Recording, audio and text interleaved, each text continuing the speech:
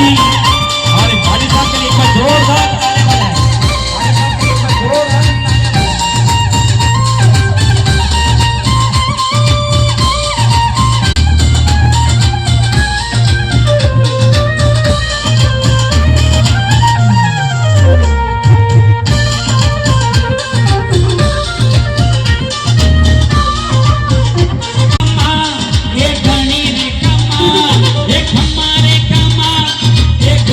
देखिए, क्षमा का मतलब होता है क्षमा।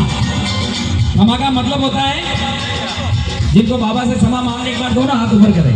कोई भी गलती तो ले जाए काम रो राजू भाई, हमारे गोल्डमैन साहब, डॉक्टर साहब, एक बार दोनों हाथ ऊपर करें। एक हमारे कमा गणी ने कमा